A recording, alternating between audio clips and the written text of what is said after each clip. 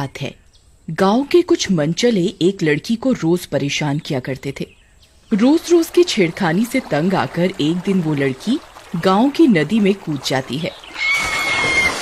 अरे ये क्या, ये लड़की तो अपनी जान देना चाहती है, मुझे इसे बचाना होगा। फिर हीरा भी उसके पीछे पीछे नदी में कूद जाता है और किसी तरह उस लड़की की जान बचा लेता है। ये सब घटना वहाँ पेड़ पर रह रही चुड़ैल देखती है।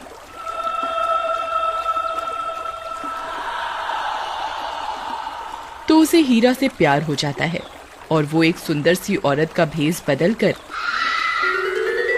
हीरा से शादी करके उसके साथ उसके घर में रहने लगती है।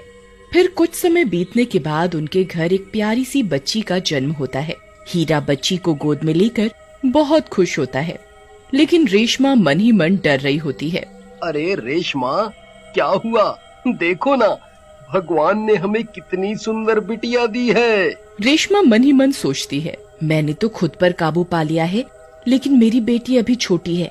कहीं गांव वालों को पता चल गया कि ये चुड़ैल है तो वो इसे जिंदा नहीं छोड़ेंगे।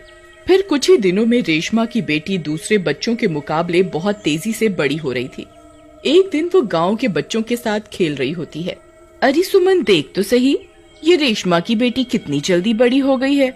इसकी उम्र के बाकी बच्चे तो इसके आगे बौने लग रहे हैं। तभी खेलते खेलते जैस्मिन को गुस्सा आ जाता है और वो एक बच्चे की गर्दन पकड़कर उसे हवा में उठा देती है।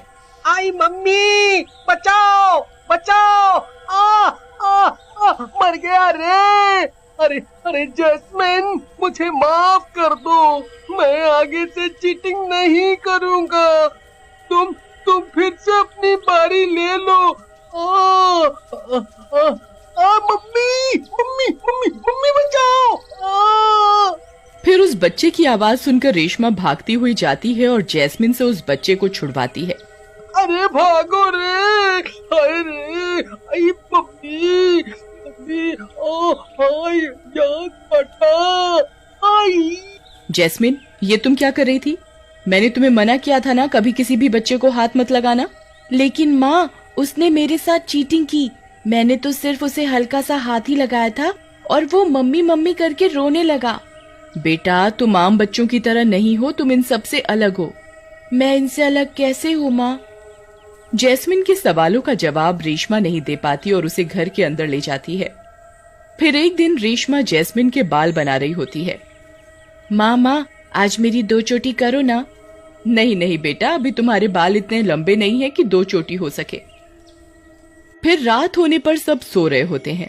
तभी पड़ोस के घर में से किसी औरत के चीखने की आवाज आती है। अरे मर गई रे, हाय रे, कोई मेरे बालों पर उस तरह फेर कर मुझे गंजा कर गया रे। हाय रे, मैं तो गंजी हो गई। मोया कोई अंधेरे का फायदा उठाकर मेरे बाल ही ले गया। अरे रेशमा, ये कैसा शोर है भला? ये औरत इतना रो क्यों रही है? अजी आप सो जाइए, मैं देखती हूँ। फिर रेशमा उस औरत के पास जाती है। उस औरत को गंजा देखकर वो हैरान रह जाती है। अरे बहन, ये क्या हुआ? तुम्हारे बाल कहाँ गए?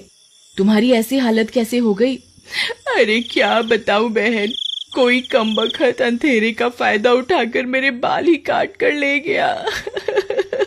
फिर रेशमा हैरान परेशान होकर वापस अपने घर आ जाती है और जैस्मिन के कमरे में झांक कर देखती है तो जैस्मिन सो रही होती है। फिर सुबह होने पर जैस्मिन फिर से अपनी माँ के पास बाल बनवाने आती है। माँ, आज तो मैं आपसे 2 चोटी करवा कर ही रहूंगी।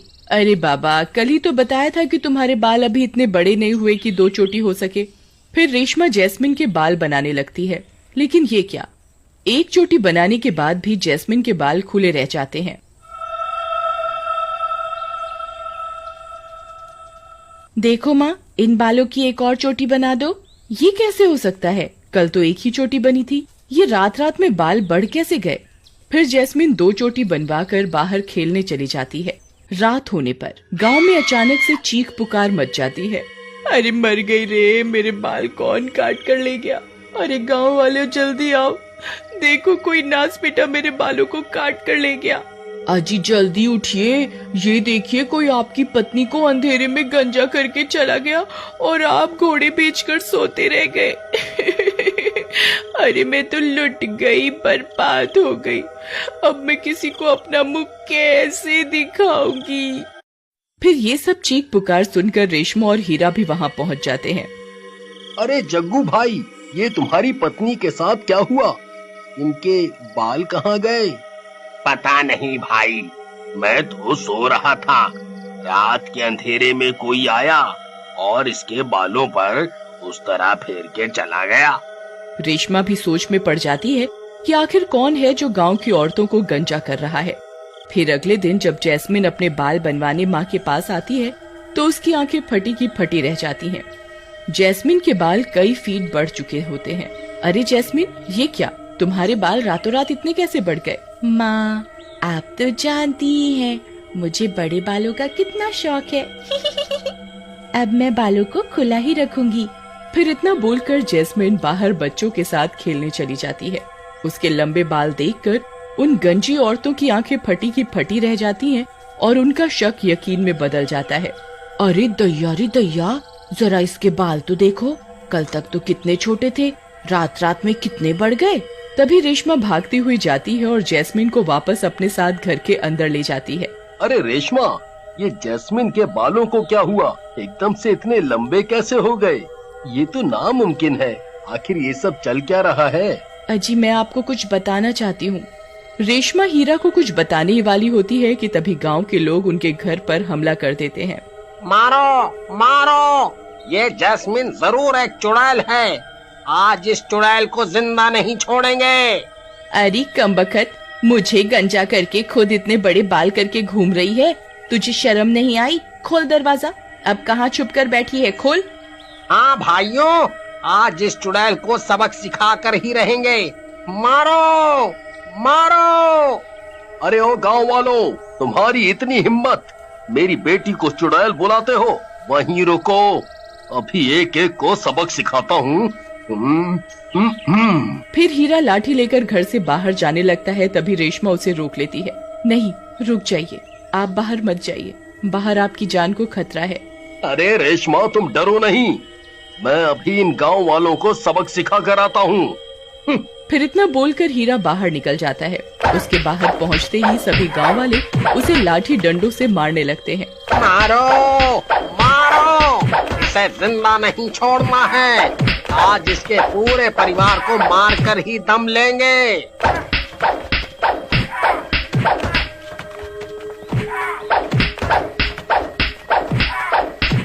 फिर रेशमा हीरा को बचाने के लिए घर से बाहर दौड़ पड़ती है। लगता है अब मुझे असली रूप में आना ही होगा, नहीं तो ये लोग इन्हें जिंदा नहीं छोड़ेंगे। फिर रेशमा अपने असली चुड़ैल के रूप में आने की कोशिश करती है, लेकिन वो रूप नहीं बदल पाती। अरे ये क्या, मैं चुड़ैल क्यों नहीं बन पा रही? नहीं, ऐसा नहीं हो सकता। अगर मैं चुड़ैल नहीं बनी तो इनकी जान नहीं बचा पाऊंगी। फिर बहुत कोशिश करने के बाद भी रेशमा चुड़ैल का रूप नहीं ले पाती। फिर उसे ध्यान आता है शायद जैस्मिन के जन्म लेते ही उसकी सारी शक्तियाँ जैस्मिन में चली गई हैं। फिर वो भागते हुए घर के अंदर जैस्मिन के पास जाती है। जैस्मिन, चलो, तुम्हारे बाबा को तुम्हारी जरूरत है, जल्दी चलो, नहीं तो गांव वाले उन्हें मार डालेंगे। फिर वो दोनों भागते हुए बाहर जाती हैं। गांव वाले अभी भी हीरा पर डंडों की बरसात कर रहे होते हैं। जैस्मिन, तुम्हें अपने असली रूप में आना होगा, अपनी शक्तियों को पहचानो, तुम्हारे बाबा को आज तुम्हारी जरूरत है। अपनी शक्तियों को पहचानो बेटा। तभी अपने बाबा की हालत देखकर जैस्मिन को गुस्सा आ जाता है और वो अपनी शक्तियों को पहचान जाती है और उसका आकार बढ़ने लगता है। ये सब देखकर गांव वालों की हालत खराब हो जाती है। अरे मार गए रे, ये जैस्मिन तो सच में चुड़ैल निकली। अरे अरे, अब क्या होगा? छोड़ मेरे बाबा को। अगर किसी ने उन्हें हाथ लगाने की कोशिश भी की तो उसका सर उसके धड़ से अलग कर दूंगी। फिर जैस्मिन का गुस्सा देखकर सब गांव वाले उसके आगे हाथ जोड़कर खड़े हो जाते हैं। जैस्मिन बेटा, शांत हो जाओ, अब मैं ठीक हूँ। फिर अपने बाबा को सही सलामत देखकर जैस्मिन का गुस्सा शांत हो जाता है और वो अपना आकार छोटा कर लेती है। फिर रेशमा सभी गांव वालों को यकीन दिलवाती है कि जैस्मिन से किसी को कोई खतरा नहीं होगा। वो अपनी शक्तियों का इस्तेमाल सिर्फ गांव की भलाई के लिए ही करेगी।